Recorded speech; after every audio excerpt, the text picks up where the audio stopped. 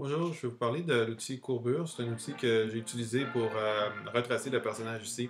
Alors, comment ça fonctionne? C'est un de ces outils-là qu'on se dit comment ça se fait qu'on les a pas utilisés plus tôt. Donc, voici. Euh, Quand on fait les tracés, on le sait que maintenant la plume, lorsqu'on tire les points d'ancrage, on a déjà un petit fil qui nous dit où est-ce qu'on s'en va. Donc, ça, l'idée de l'outil courbure ici, c'est un petit peu la même idée, mais en plus avancé. Donc, comment ça fonctionne? C'est qu'il faut faire des points, il ne faut pas tirer les poignées. Et automatiquement, il crée des courbes et des contre-courbes. Donc, c'est ça qui est un petit peu, qui est assez intéressant dans cet outil-là, c'est qu'il crée à la fois les courbes et les contre-courbes lorsque je fais mon tracé.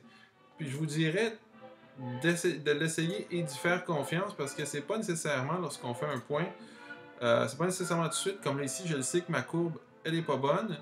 Mais lorsque je vais aller un petit peu plus loin puis je vais faire une autre courbe, il l'aurait ajusté pour créer une contre-courbe en quelque sorte. Donc, puis quand j'ai fini mon tracé, j'ai un petit rond, comme ça. Une fois que mon tracé est terminé, là, je me retrouve à avoir ces points-là, qui sont mes points de courbure, et que je peux venir replacer. Et tout l'ensemble du tracé vient considérer l'ensemble du tracé, vient se positionner là, en conséquence de mon point de courbure.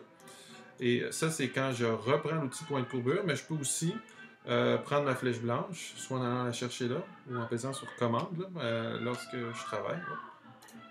J'ai pas pris ma flèche blanche avant de travailler, donc mon commande ne marche pas. Et en allant travailler sur mes points d'ancrage directement. Si je travaille sur mes points d'ancrage directement, après ça, je peux reprendre l'outil de courbure et revenir cliquer sur mes points de courbure aussi là, par après. Ils vont réagir comme des points de courbure et non pas comme des points d'ancrage, c'est-à-dire qu'ils vont tout refaire le tracé au complet lorsque je le fais. En passant, c'est du Blanche Callaway qui joue en arrière-plan, Jazz 1930. Très, très, très, très bon.